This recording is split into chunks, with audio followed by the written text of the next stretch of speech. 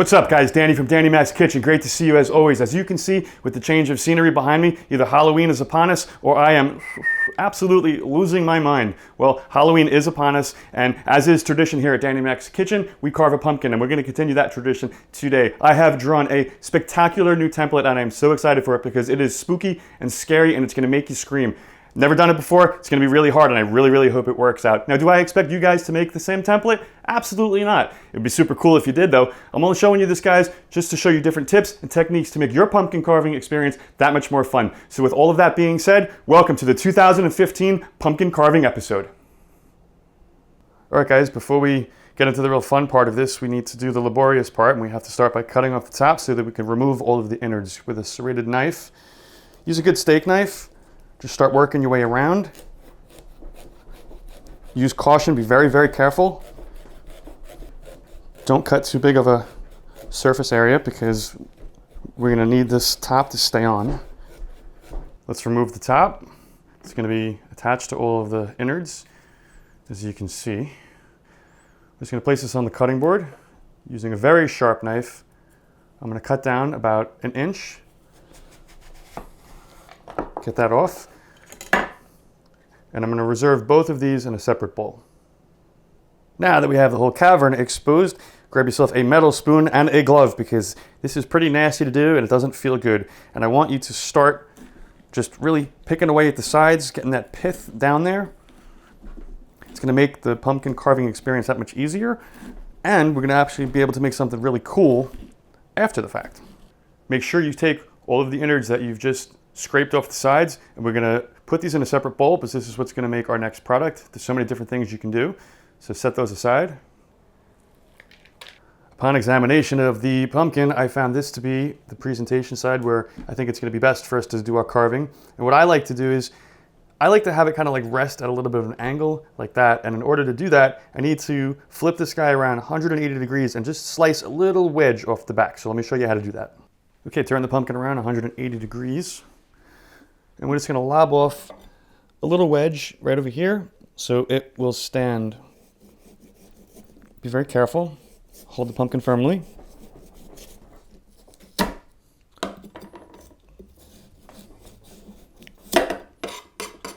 Perfect, that's all you need to do.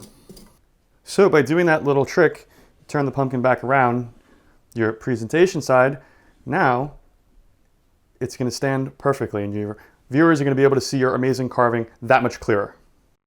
Okay guys, so this is the template that I've drawn. I've been thinking about this for a couple of days now. It's just like this really creepy, spooky, evil jester, and I really hope it's going to work out. There's a lot of shading techniques that I'm going to try, and if I can pull it off, I think it's going to come out really awesome. So let's move on to the next step.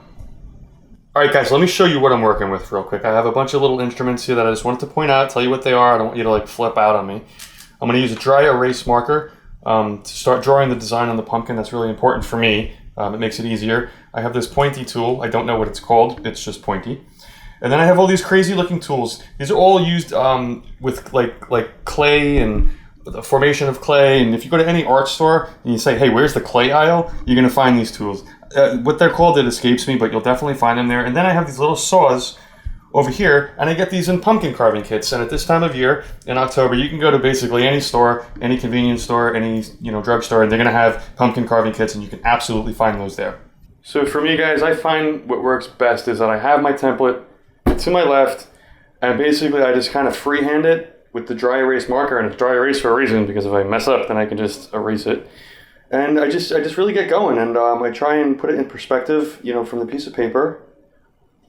It's not always very easy to do, especially if you're not super artistic, which I'm not. So I just do my best, and you do your best. And, don't make your pumpkins all crazy, just do it to your ability, basically. And have fun with it, that's what it's about. I was just telling Brian how much I love the pumpkin carving episodes, because they're so much fun to do. It's like perfect for the season, yeah. And you know what? I'm going to get this marker all over my hands and stuff, so it'll be pretty funny, but whatever. Don't laugh at me. Okay. And this isn't set in stone either, so it's just like a rough base for my image. The eyes are really important for this. So I really want to try and nail those and get them as symmetrical as I possibly can. They kind of look like alien eyes, actually. So one's a little bigger than the other, but as I'm carving it, I'll compensate for that. Now this portion up here, I'm actually not going to be cutting out. This is going to be like when I'm like pulling away the pith so I have the light coming through. I'm trying to create an effect. I haven't really done it before. I don't know if it's going to work out for me, but I'm thinking that it will if I'm really careful and precise with it. Like I really want this jester's cap to be two-tone, but I want the light to shine through so that it achieves that effect. So I'm going to have to pull away more of the pith in one area than the other. So it's going to be a little bit of a challenge, but I like a challenge. So hopefully I can pull it off. If I can, it's going to look really sick. I mean, that looks pretty crazy already. Let's see, what else? Now I got to put the crazy, I don't even know what they're called, the things that come off the jester's hat. Okay, so we'll just complete that, and we're going to make one for the other side. I'm going to try and make them as even as possible. It's kind of hard doing this with the contour of the pumpkin, and you'll probably see that as you try it. So I'm just kind of eyeing it as much as I can. Looks kind of even. Again, this is dry erase, and I can always, do whatever I want with this, in the end. It's just a basic guideline. Okay. And whose pumpkin's perfect anyway, right? Okay, so that looks pretty cool. I'm just going to leave it at that, and I'm just going to start hacking away at it, and let's get going, guys. Cool.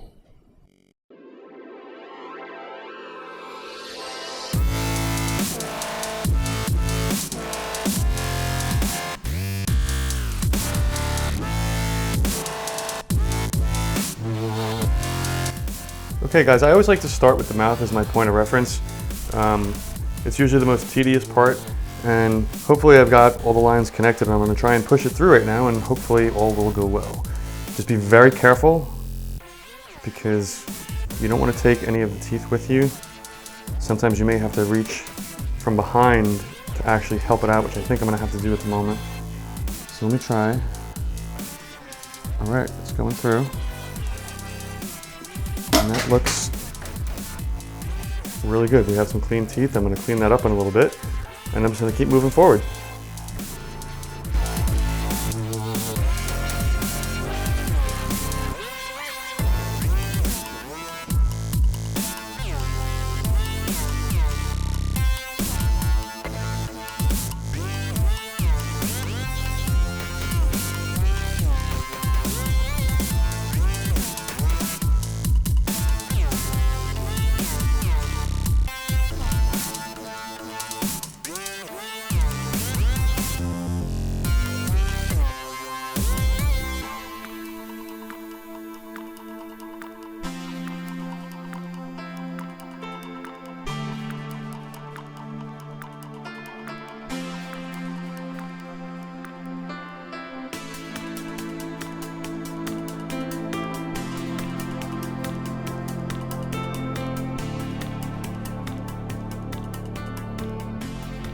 Okay guys, I'm getting up to the hard part where I'm going to start pulling the pith away to create the shadow effect that I'm looking for. And to start with, I'm going to be using a Dremel tool. This is the first time that I'm actually using this in one of my carvings.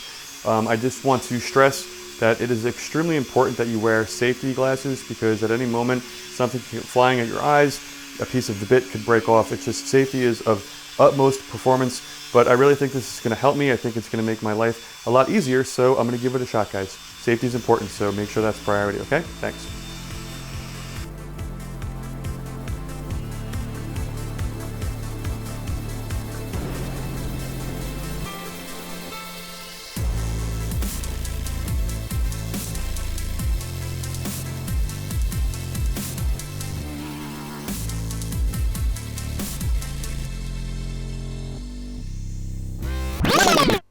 Before we continue, guys, just to reiterate how important it is to wear safety goggles, this piece of the bit did break in half and did come flying at me. So, utmost importance to wear glasses.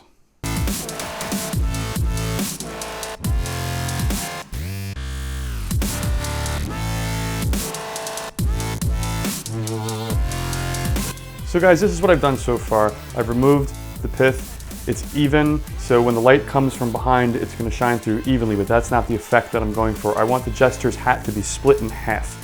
So I want one half to be darker and one half to be lighter. So what I'm gonna do now is I'm gonna have an imaginary line here, and I'm gonna start pulling more pith away from here.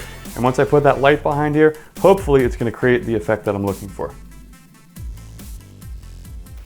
Okay guys, using the tools, as you can see, there's a definite differentiation between the depth of the pith in these two sides. I took away another 1/4 inch, so this way when the light shines through in the back, it's gonna be a lot brighter here than it is here, creating the effect that I'm hoping for will create this really cool jester's hat. So I'm gonna do a couple little more tweaking and effects and clean her up, and we should be good to go and light this pumpkin up, and it's gonna be awesome. So at this point, I'm pretty much done. I've added a couple minor effects as far as like taking away the pith so the light shines through. I just really need to get a paper towel with a little warm soapy water, clean off the ink, clean up this huge gigantic mess that I've made of my table and my floor. I mean, there's just crap everywhere. But that comes with the territory and it's all good. So I'm gonna clean this up, and yeah, we're gonna light this guy up in a little bit, and I'll see you very, very soon. Looking forward to it.